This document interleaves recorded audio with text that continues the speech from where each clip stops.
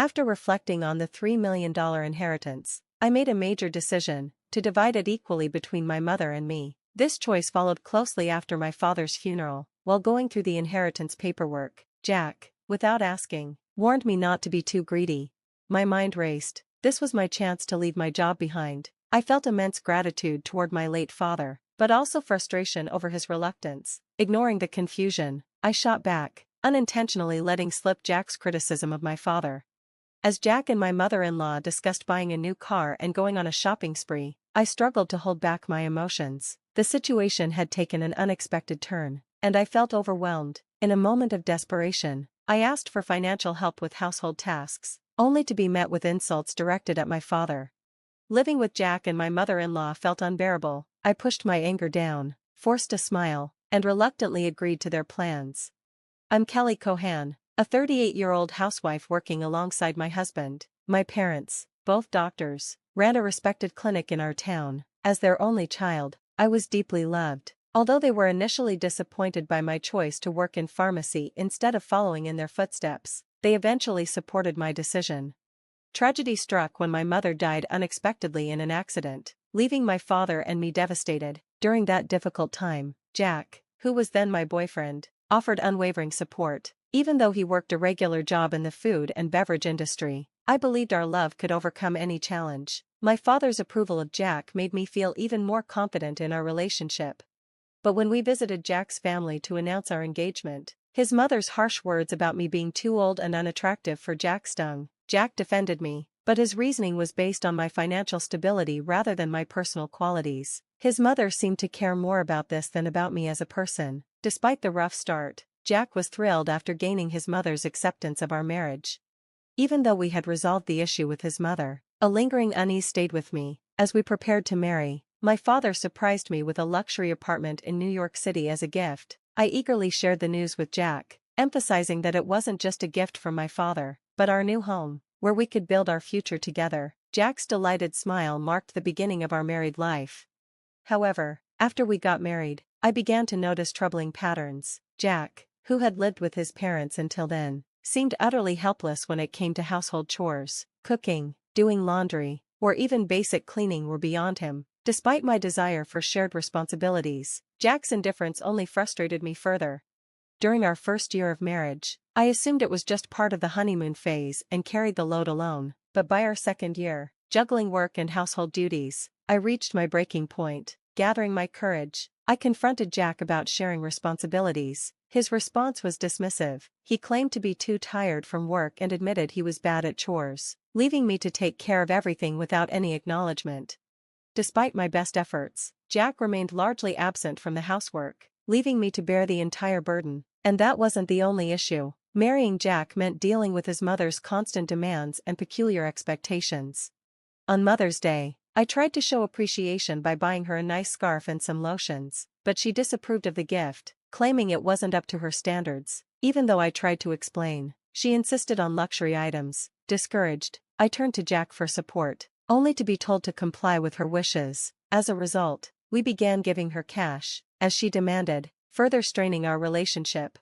As our 5th wedding anniversary approached, my mother-in-law's visits became more frequent and were often tied to requests for money. Jack's modest income and my own job left us barely managing financially. Desperate, I dipped into our savings to cover the costs, though it filled me with resentment. Still, understanding Jack's deep connection with his mother, I pushed my frustration aside and reminded myself of her support during hard times.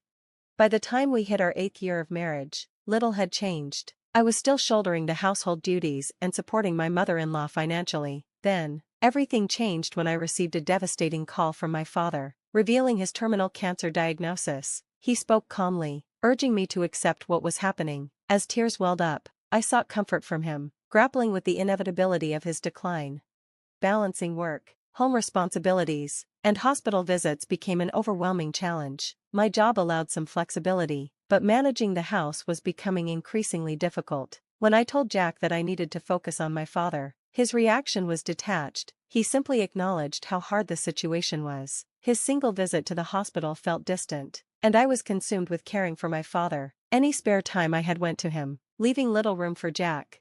One day, as my father lay in his hospital bed, He asked about my marriage. His question caught me off guard, and I found myself reflecting on Jack's behavior at home and his mother's actions. My hesitation didn't go unnoticed by my father, who gently reassured me, urging me to prioritize my own happiness and not endure hardships in silence.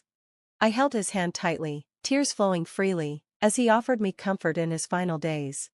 3 months later, my father passed away, and I was consumed with grief. Amid funeral preparations, Jack showed no interest in my sorrow and did not offer any help. Despite his indifference, I was too focused on arranging the funeral to engage with him.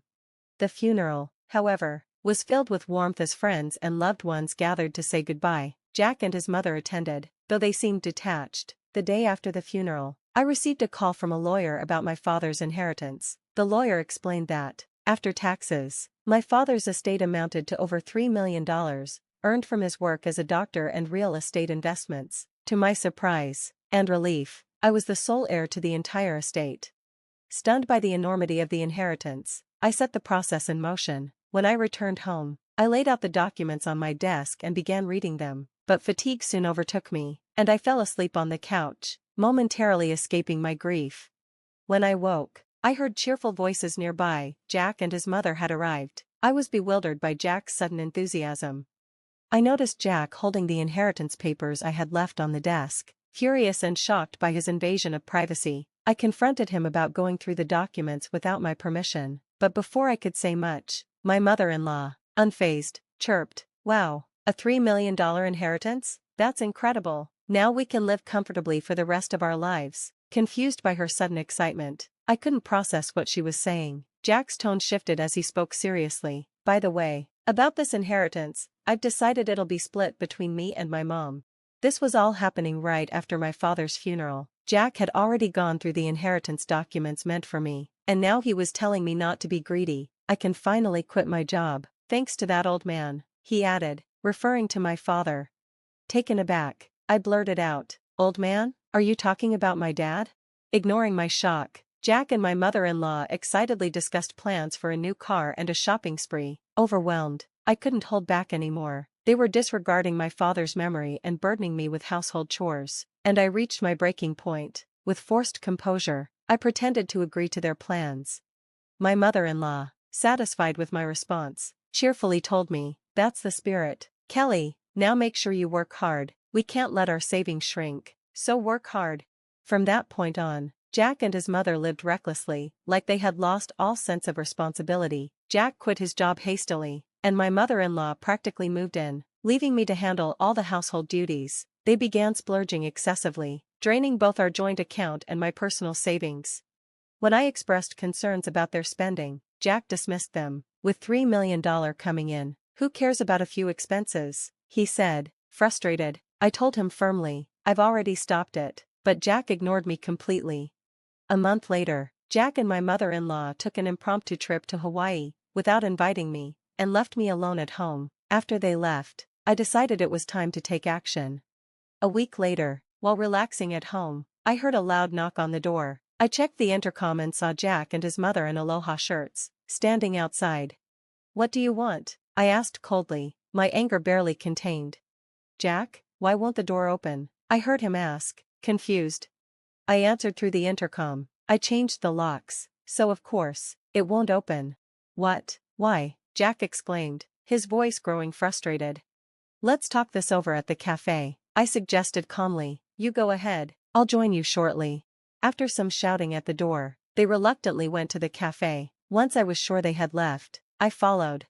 When I arrived, Jack and his mother were already seated, visibly upset. "Did you really change the locks?" Jack demanded, furious. "Give us the new keys." "There's no need for me to give you the keys, you both need to leave the house," I replied, maintaining my calm. Jack, now seething with rage, stared at me as I pulled out a divorce petition. "Divorce? Are you serious?" Jack's disbelief was clear. His mother, equally shocked, asked in a panic, "Why has it come to this? By the way, are you sure your finances are okay, considering all the spending?" I asked coolly. "What do you mean? Of course, it's fine," Jack retorted. "Your father's inheritance is coming, right? There should still be over $50,000 in our joint account. I'll show you." Jack pulled out his phone and checked our bank account. His face turned from smug to confused. What's going on? The money's gone. It was just there, he shouted, clearly enraged. His mother quickly checked her phone, her face filled with disbelief. I revealed the truth calmly as they both panicked. Of course, it's gone. I moved the $50,000 to my account as part of the property division because I'm divorcing you, I said simply. What? Jack's face turned red with anger, but then, a smug look crossed his face. Fine, I'll divorce you too, but you need to transfer the inheritance. After all, property gained during marriage gets divided, right? I replied, unfazed. Well, you might be mistaken. The inheritance I received, even though it was during our marriage, doesn't count as marital property. There was a tense silence. Jack and his mother's faces changed drastically. They seemed to genuinely believe they were entitled to part of my inheritance. No, that can't be true, his mother protested, her face flushed with disbelief. Check for yourself, I mocked, giving them no room to argue. Jack frantically searched his phone. It says here that property inherited by one spouse from a parent is considered separate property and isn't subject to division, he read aloud, his voice filled with shock. Seriously? His mother muttered, her face pale.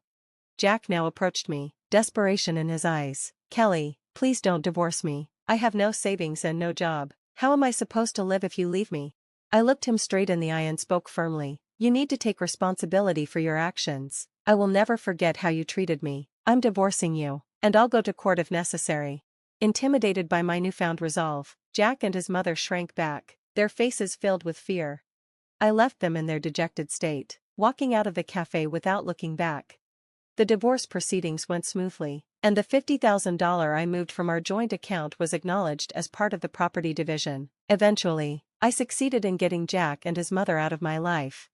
Jack, having squandered his portion of the property division, found himself broke, burdened with bills from their extravagant trip and other debts he had accumulated. He quickly sank into financial ruin. Jack and his mother had to take out loans just to keep up with payments. Now, they live in a rundown apartment, working tirelessly to pay off their debts. The drastic shift from their former lavish lifestyle has been a huge shock to them.